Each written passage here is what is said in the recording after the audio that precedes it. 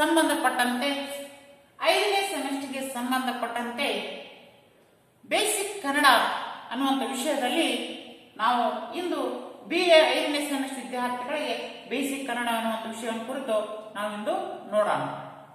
ಈಗ ಕೇವಳಿ ಪಠ್ಯಕ್ರಮಕ್ಕೆ ಅನುಗುಣವಾಗಿರುವಂತಹ 2020-21ನೇ ಸಾಲಿನಲ್ಲಿ ನಾವು ಇದು ವಿಷಯವನ್ನು ಹಂಚಿಕೊಳ್ಳೋಣ.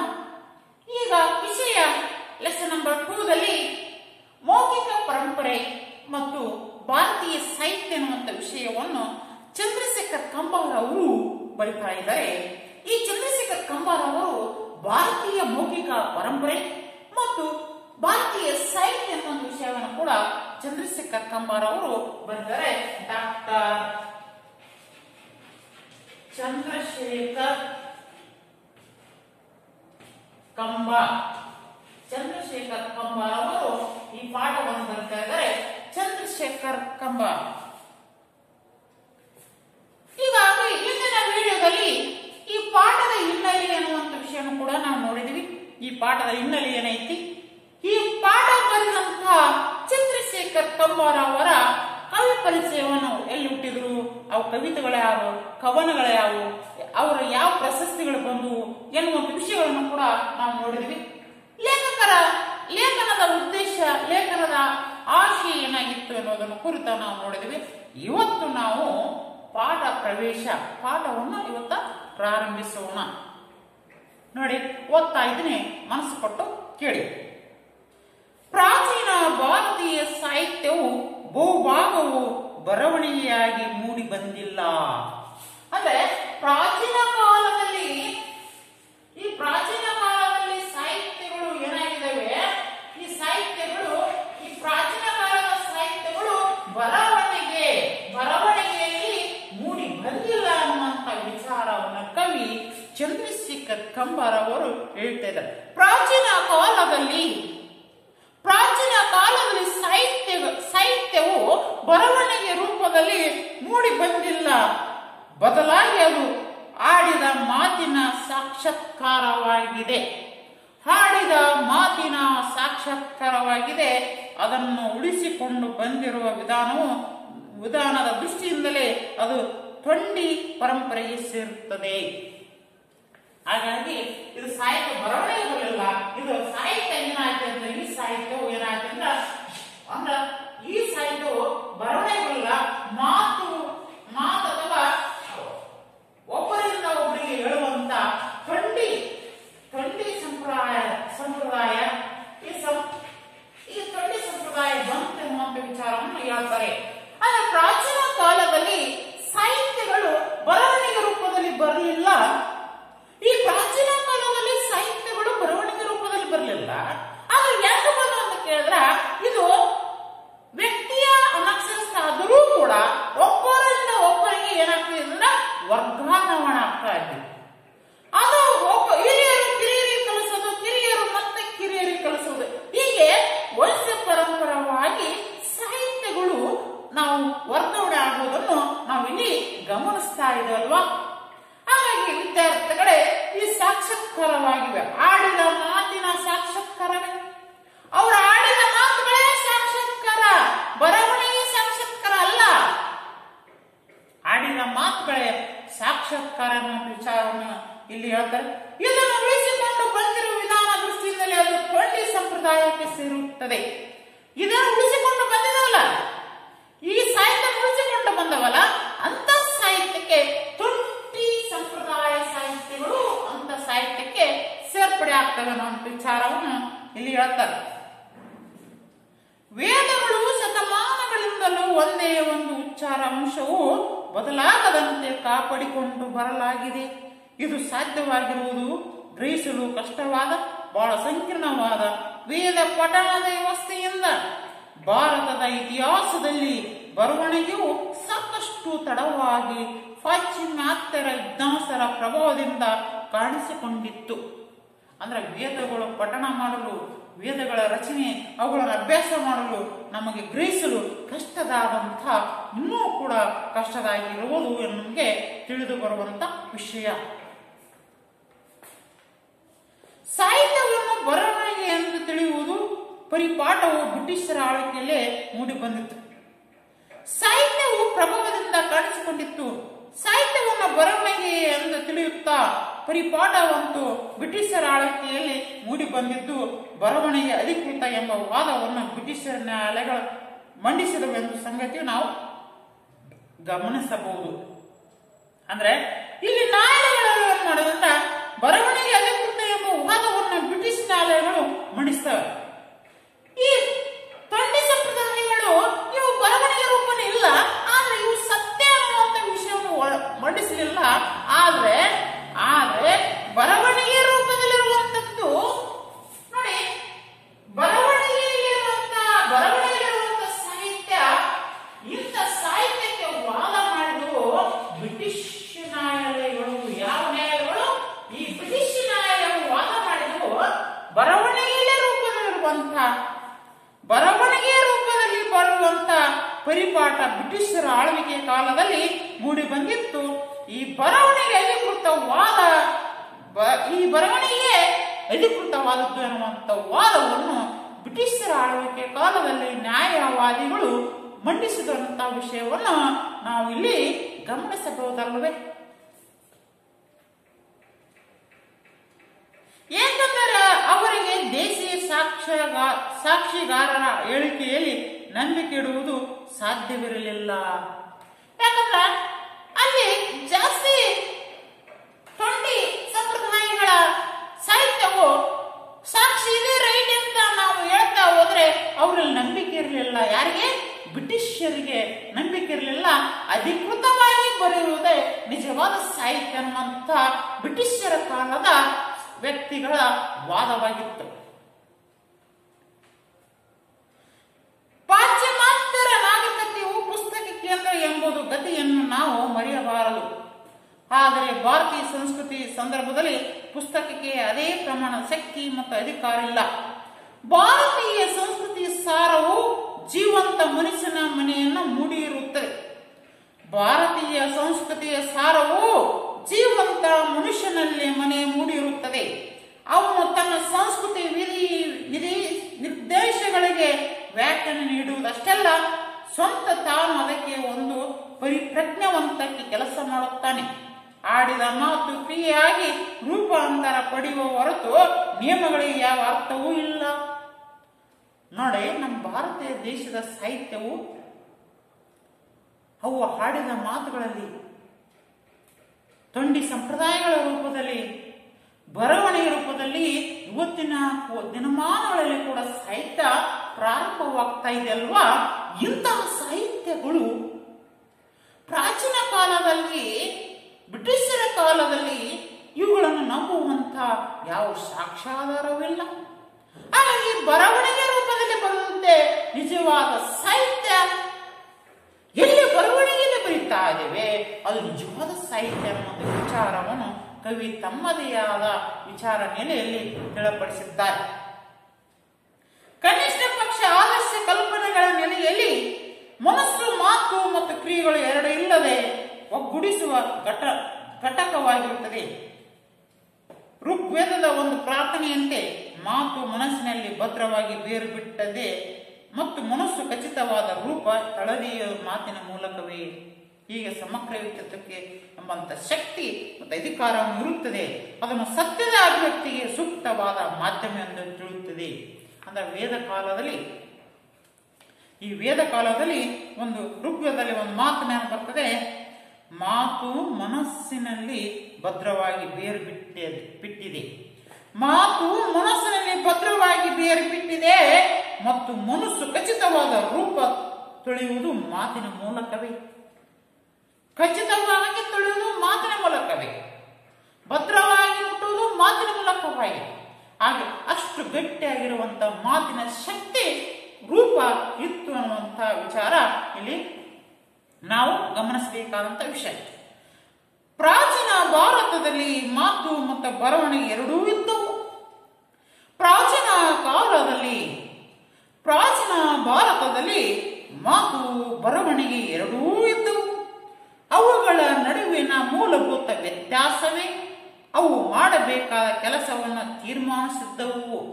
ಅವು ಬರವಣಿಗೆಯೇ ಹೇಗೆ ಮಾಡಬೇಕು, ಮಾತುಗಳನ್ನು ಹೇಗೆ ಮಾಡಬೇಕು ಎನ್ನುವಂತ ತೀರ್ಮಾನಗಳನ್ನು ಮಾಡುವಂತ ಕಲೆ ಸೃಷ್ಟಿಯ ನೆಲೆಯನ್ನು ನಾವು ಕಾಣುವಂಥದ್ದು ಇಲ್ಲಿ ನೋಡ್ತಾ ಇದ್ದೀವಿ. ಹಾಗಾಗಿ ಬರಗಾರ ಸಾಹಿತಿಯಿಂದ ಬರೆಯುವ ಇರುವಿಕೆಯನ್ನು ಪಡೆದಿರುವ ಬರವಣಿಗೆಯು ಅವನ ಸಾವಿನ ನಂತರ ಉಳಿಯುತ್ತದೆ. ಬರಗಾರ ಅಥವಾ ಸಾಹಿತಿಯಿಂದ ಬರೆದಿರುವ ಇರುವಿಕೆಯನ್ನು ಅವನ ಸಾವಿನ ನಂತರವೂ ಉಳಿಯುತ್ತದೆ. ಆದ್ದರಿಂದಲೇ ಅದು ಬರಲಿರುವ ಪೀಳಿಗೆಗೂ ಉದ್ದೇಶಿತವಾದ ಎಂದು ತಿಳಿಯಲಾಗಿದೆ. ಬರುವಂತ ಪೀಳಿಗೆಗೆ, ಬರುವಂತ ಜನರೇಷನ್ಗೆ ಅದು ತಿಳಿಯಲಿ, ಅದು ಓದಲಿ, ಅದರ ಅರ್ಥ ಆಗಲಿ ಎನ್ನುವಂತ ಉದ್ದೇಶಕ್ಕಾಗಿ ಈ ಸಾಹಿತ್ಯ ಎನ್ನುವಂತ ರಚನೆಯಲ್ಲಿ ನಾವು ನೋಡ್ತೇವೆ. ಹಾಗಾಗಿ ಬರ ಪೀಳಿಗೆಯಲ್ಲಿ ಉದ್ದೇಶವಾದ ತಿಳಿದ ಮಾತಿನಲ್ಲಿ ಮಾತನಾಡುವಂತ ವ್ಯಕ್ತಿತ್ವ ಜೀವಂತ ಅಂಗವಾಗಿದೆ. ಮಾತನಾಡುವಂತ ವ್ಯಕ್ತಿತ್ವ ಜೀವನ ಅಂಗವಾಗಿದೆ. ಅದು ಕಣ್ಣೆದುರಿನ ಕೇಳುಗರೊಂದಿಗೆ ಸಂವಹನ ನಡೆಯುವ ಉದ್ದೇಶ ಹೊಂದಿರುತ್ತದೆ. ಕಣ್ಣು ಎದುರಿಗಿನ ಕೇಳುವರಿಗೊಂದಿಗೆ ಸಂವಹನ ನಡೆಸುವ ಉದ್ದೇಶವನ್ನು ಹೊಂದಿರುತ್ತದೆ. ನಮ್ಮಲ್ಲಿ ಮೌಖಿಕ ಸಂವಹನಕ್ಕೆಂದು ರಚಿತವಾದ ಕಾವ್ಯಗಳಿವೆ.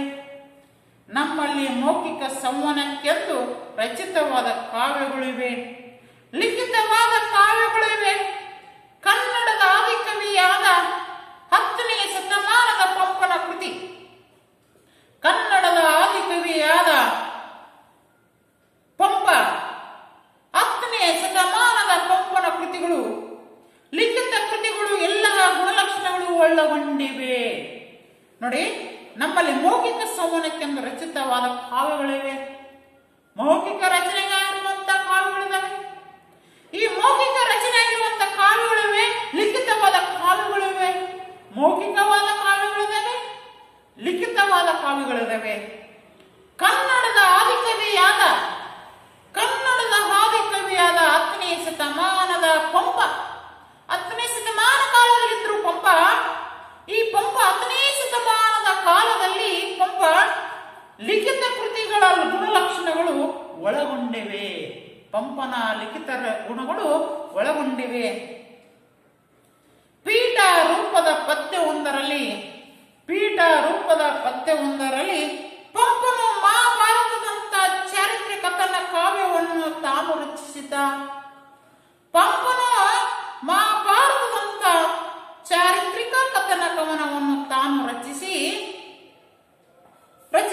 ಶಾಸನದ ಹಾಗೆ ಜಗತ್ತಿಗೆ ಕೊಟ್ಟನೆಂದು ಹೇಳಿಕೊಳ್ಳುತ್ತಾನೆ. ಹೀಗಾಗಿ ಶಾಸನದ ಹಾಗೆ ಜಗತ್ತಿನ ಕೊಟ್ಟನೆಂದು ಹೇಳಿಕೊಳ್ಳುತ್ತಾನೆ.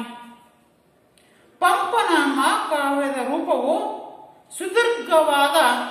ಸುದೀರ್ಘವಾದ ಶಾಸನವೊಂದರ ರೂಪಕ್ಕೆ ಬಹಳ ನಿಕಟವಾಗಿದೆ. ಶಾಸನವು ಬರವಣಿಗೆ ಅತ್ಯಂತ ಪರಿಶುದ್ಧ ರೂಪ.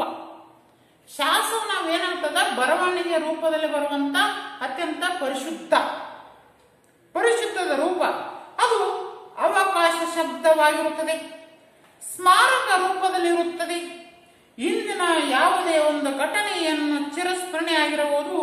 ಅದರ ಉದ್ದೇಶ, ಪಂಪನ ಮಹಾಕಾವ್ಯದ ತಕ್ಷಣದ ಉದ್ದೇಶ ಅವನ ಆಶ್ರಯದಾತನಾಗಿದ್ದ ರಾಜ ಹರಿಕೇಸರಿಯ ಸಾಹಸ ಕಾರ್ಯಗಳು ದಾಖಲೆ ಮೂಡುವುದಂತಾಯಿತು. ಅಲ್ಲದೆ ಪಂಪನ ಕವಿತೆಯಲ್ಲಿ ಶಾಸನಗಳು, ಪಠ್ಯಗಳು, ಲೇಖನಗಳು ಮುಂತಾದ ಪರಿಕಲ್ಪನೆಗಳು ಬಳಸಿದ ರೂಪಗಳು ಹೇರಳವಾಗಿವೆ. ಪಂಪನ ಕಾವ್ಯಗಳಲ್ಲಿ ಅಲ್ಲಿ ಶಾಸನಗಳು, ಪಠ್ಯಗಳು, ಲೇಖನಗಳು ಅನ್ನುವಂಥ ವಿಷಯಗಳನ್ನು ಕ್ರೋಢೀಕರಿಸಿ ಅಲ್ಲಿರುವಂತಹ ವಿಷಯಗಳನ್ನು ಓರ್ಪಡಿಸುವಂತಹ ಸ್ಥಿತಿ ನಾವು ಇಲ್ಲಿ ಕಾಣ್ತಕ್ಕಂಥದ್ದು. ಹೀಗಾಗಿ ಈ ಎಲ್ಲ ಸಾಕ್ಷಿಗಳು ಪಂಪನ ಪ್ರಯತ್ನದಿಂದ ಉದ್ದೇಶವನ್ನು ಸೃಷ್ಟಿಸುತ್ತವೆ. ಇವೆಲ್ಲ ಸಾಕ್ಷಿಗಳಿಂದ ಪಂಪನ ಉದ್ದೇಶಗಳನ್ನು ಸೃಷ್ಟಿಸುವಂತೆ ಪ್ರಯತ್ನಿಸುತ್ತವೆ. ಮೌಖಿಕ ಪರಂಪರೆಯ ಮೂಲಕ, ಯಾವ ಪರಂಪರೆ ಮೂಲಕ? ಮೌಖಿಕ ಪರಂಪರೆಯ ಮೂಲಕ ಸಂರಕ್ಷಿತವಾದ ಮಹಾಭಾರತ ಕಥಾವನ್ನು ಒಂದು ಲಿಖಿತ ಪಠ್ಯವನ್ನಾಗಿ ಮಾರ್ಪಡಿಸುತ್ತದೆ. ಅಂದ್ರೆ ಮೌಖಿಕ ಪರಂಪರೆಯ ಮೂಲಕ ಸಂರಚಿತವಾಗಿದ್ದ ಮಹಾಭಾರತದ ಕಥನವನ್ನು ಯಾವುದನ್ನ ಮಹಾಭಾರತದ ಕಥನವನ್ನು ಒಂದು ಲಿಖಿತ ಪಠ್ಯವನ್ನಾಗಿ ಮಾರ್ಪಡಿಸುವುದೇ ಅವರ ಗುರಿಯಾಗಿತ್ತು. ಪಂಪನ ಜೀವಿತ ಕಾಲದಲ್ಲಿ ಭಾರತದ ಪ್ರಾದೇಶಿಕ ಭಾಷೆಗಳು ನಿಧಾನವಾಗಿ ಬರವಣಿಗೆ ಭಾಷೆಯಾಗುವ ಘನತೆಯನ್ನು ಪಡೆಯುತ್ತಿದ್ದವು. ಈ ಪಂಪನ ಜೀವಿತ ಕಾಲದಲ್ಲಿ, ಪಂಪನ ಅವಧಿಯ ಕಾಲಗಳಲ್ಲಿ ಪ್ರಾದೇಶಿಕ ಭಾಷೆಗಳು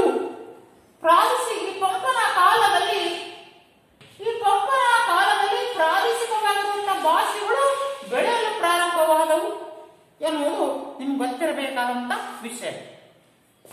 ಪಂಪ ಜೀವಿತ ಕಾಲದಲ್ಲಿ ಭಾರತದ ಪ್ರಾದೇಶಿಕ ಭಾಷೆಗಳು ನಿಧಾನವಾಗಿ ಬರವಣಿಗೆ ಭಾಷೆ ಆಗುವ ಘನತೆಯನ್ನು ಪಡೆಯುತ್ತಿದ್ದವು. ಅಂದ್ರೆ ಪ್ರಾದೇಶಿಕ ಭಾಷೆಯವನ್ನ ಬರವಣಿಗೆ ರೂಪದಲ್ಲಿ ಬರೆದು ಅದರ ಘನತೆಯನ್ನು, ಗೌರವವನ್ನು ಹೆಚ್ಚಿಸುವಂತಹ ಕಾರ್ಯ ಅಲ್ಲಿ ಆಗ್ತಿತ್ತು ಅನ್ನೋದು ನಾವಿಲ್ಲಿ ಗಮನಿಸಬೇಕಾದಂತ ವಿಷಯ. ಹಾಗಾಗಿ ಇಲ್ಲಿ ಅಂದಿನ ಬರವಣಿಗೆ ಮುಖ್ಯ ಉದ್ದೇಶವೇ ಕೃತಿಯನ್ನು ಸ್ಮೃತಿಯಲ್ಲಿ ಉಳಿಸುವುದಾಗಿತ್ತು. ಆಗಿನ ಬರವಣಿಗೆ ಅಂದ್ರೆ ಪಂಪನ ಕಾಲದಲ್ಲಿ ಬರವಣಿಗೆ ಉದ್ದೇಶ ಆಯ್ತಂದ್ರ ಈ ಬರವಣಿಗೆ ಕೃತಿಯ ರೂಪದಲ್ಲಿ ಅಂದ್ರ ಉಳಿಸುವುದು ಅದರ ಉದ್ದೇಶವಾಗಿತ್ತು. ಕೃತಿಗಳ ರೂಪದಲ್ಲಿ ಉಳಿಸುವಂತಹ ಬರವಣಿಗೆಯ ಕಾರ್ಯ ಅಲ್ಲಿ ಆಗ್ತಿತ್ತು ಅನ್ನೋದು ನಾವಿಲ್ಲಿ ಗಮನಿಸಬೇಕು. ಉಳಿದಿತ್ತು. ಪಂಪನಿಗೆ ತನ್ನ ಸಮಕಾಲೀನ ಇತಿಹಾಸವನ್ನು ಮಹಾಭಾರತದಷ್ಟೇ ರೋಚಕವಾಗಿ ಕಂಡಿತು. ಪಂಪನಿಗೆ ತನ್ನ ಸಮಕಾಲೀನ ಇತಿಹಾಸವು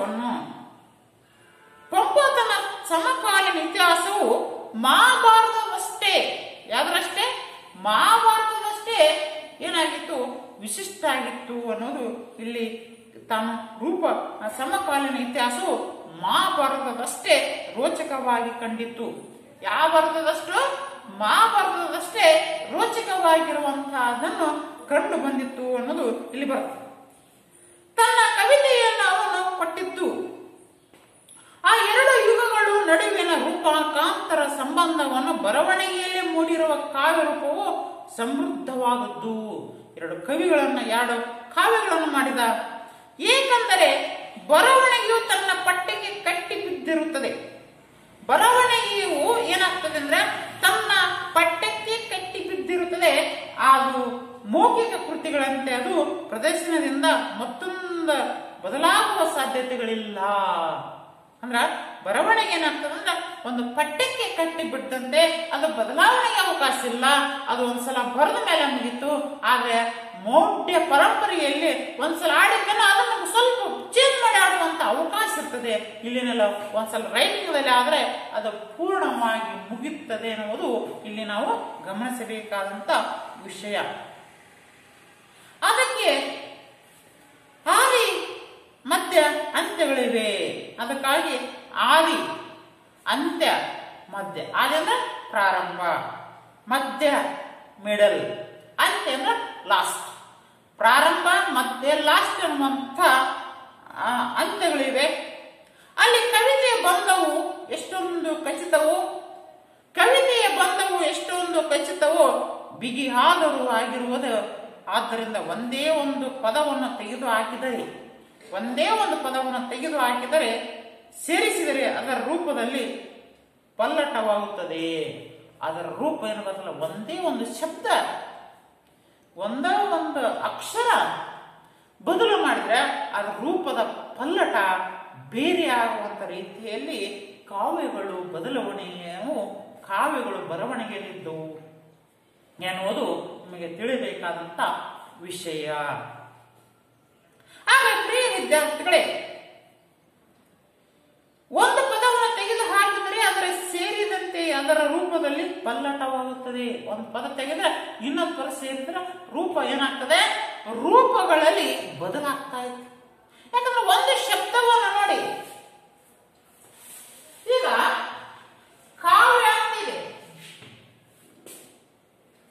ಕಾವ್ಯಕ್ಕೆ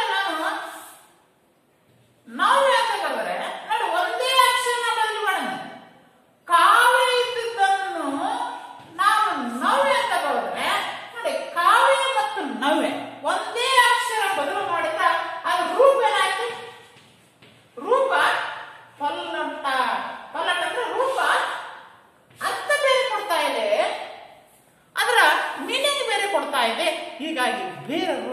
ಬೇರೆ ಮೀನಿಂಗ್ ಕೊಡ್ತದೆ ಎನ್ನುವುದು ನಾವಿಲ್ಲಿ ಗಮನಿಸಬೇಕಾದಂತ ವಿಷಯ. ಕವಿತೆಯ ಅರ್ಥವು ಅದರ ಬಂಧವನ್ನೇ ಅವಲಂಬಿಸಿರುತ್ತದೆ. ಕವಿತೆ ಅರ್ಥ ಏನಪ್ಪ ಅಂದ್ರೆ ಅದರ ಬಂಧವನ್ನ ಅವಲಂಬಿಸಿರ್ತದೆ. ಆ ವಿಷಯ ಹೇಳುವಂತ ಬಂಧ, ಆ ವಿಷಯ ಹೇಳುವಂತ ಸೂಚಕಗಳು ಬಂಧನದಲ್ಲಿ ಇರುತ್ತಾಗ ಆ ಬಂಧ ಒಳಪಟ್ಟಿರ್ತವೆ. ಉದಾಹರಣೆಗಾಗಿ ಬಂಧ ಅರ್ಥವನ್ನು ಒಳಗೊಂಡಿರ್ತವೆ. ಉದಾಹರಣೆಗಾಗಿ ಪಂಪನಿಗೆ ಅತ್ಯಂತ ಪ್ರಿಯವಾದ ಅಲಂಕಾರವೆಂದರೆ ಸಹೋಕ್ತಿ. ಪಂಪನಿಗೆ ಅತ್ಯಂತ ಪ್ರಿಯವಾದ ಅಲಂಕಾರ ಅಂದ್ರೆ ಸಹೋಕ್ತಿ. ಅದು ಏಕಕಾಲದಲ್ಲಿ ನಡೆಯುವ ಎರಡು ಪರಸ್ಪರ ಹೋಲುವಂತ ಘಟನೆಗಳ ನಿರೂಪಣೆ. ಏಕಕಾಲದಲ್ಲಿ ನಡೆಯುವಂತ ಎರಡು ಪರಸ್ಪರ ಹೋಲುವಂತ ಘಟನೆಗಳಿಗೆ ನಿರೂಪಣೆ ಹೊಂದಿರ್ತದ ಸಹೋಕ್ತಿ ಅಲಂಕಾರದಲ್ಲಿ. ಪಂಪನ ನೀಲಾಂಜನಿ ಎಂಬ ನರ್ತಿಕಿಯನ್ನು ಹೀಗೆ ವರ್ಣಿಸುತ್ತಾನೆ. ಪಂಪನ ಯಾರನ್ನು ವರ್ಣಿಸ್ತಾನೆ? ನೀಲಾಂಜನೇಯ. ಈ ಪಂಪ ಏನ್ ಮಾಡ್ತಾನೆ? ಈ ಪಂಪ ನೀಲಾಂಜನೇಯ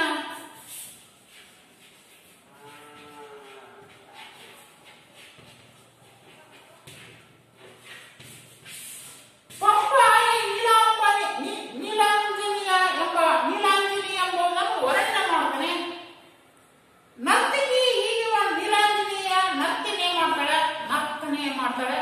ಆ ನರ್ತನೆಯನ್ನು ಹೀಗಾಗಿ ವರ್ಣಿಸ್ತಾನ. ಆ ವರ್ಣಿಸುವಂತ ರೂಪ, ವರ್ಣಿಸುವಂತ ಕೃತಿ, ವರ್ಣಿಸುವಂತ ನೀಲಾಂಜನೇಯ ಏನು ವರ್ಣಿಸ್ತಾಳ, ಹೇಗೆ ವರ್ಣಿಸ್ತಾನ ಪಂಪ ನೀಲಾಂಜನೇಯ ವರ್ಣನೆಯನ್ನು ಪಂಪ ಹೇಗೆ ವರ್ಣಿಸ್ತಾನ ಎನ್ನುವುದನ್ನು ನಾವು ಮುಂದಿನ ತರಗತಿಯಲ್ಲಿ ನೋಡೋಣ. ಇಷ್ಟು ನಾವು ಚಂದ್ರಶೇಖರ್ ಕಂಬಾರ ಅವರ ಬರೆದಿರುವಂತಹ 1ನೇ ಪ್ರವೇಶದ ಪಾಠವನ್ನು ಇಷ್ಟರ ಮಟ್ಟಿಗೆ ನಾವು ತಿಳ್ಕೊಂಡಿವಿ. ನೆಕ್ಸ್ಟ್ 2ನೇ ಪ್ರವೇಶ ಪಾಠದಲ್ಲಿ 2ನೇ ವಿಷಯವನ್ನು, ಇದರ ಮುಂದಿನ ಭಾಗವನ್ನು ಮುಂದಿನ ತರಗತಿಯಲ್ಲಿ ನೋಡೋಣ. ಇಷ್ಟು ಈ ಪಾಠದಲ್ಲಿ ಬರುವಂತ ಕೆಲವು ಸಂಕ್ಷಿಪ್ತವಾಗಿರುವಂತ ವಿಷಯವನ್ನು ನಿಮ್ಮುಟ್ಟಲು ಪ್ರಯತ್ನಿಸಿದ್ದೇನೆ. ಎಲ್ಲರಿಗೆ ಒಳ್ಳೆಯದಾಗಲಿ. ಇಷ್ಟು ನಾವು BA 3rd ಸೆಮಿಸ್ಟರ್ ಇರುವಂತ ವಿದ್ಯಾರ್ಥಿಗಳೇ ಕನ್ನಡದ ಪಠ್ಯಕ್ರಮ. ಮುಂದಿನ ವಿಷಯವನ್ನು ಮುಂದಿನ ಕ್ಲಾಸ್ನಲ್ಲಿ ಹೇಳೋಣ.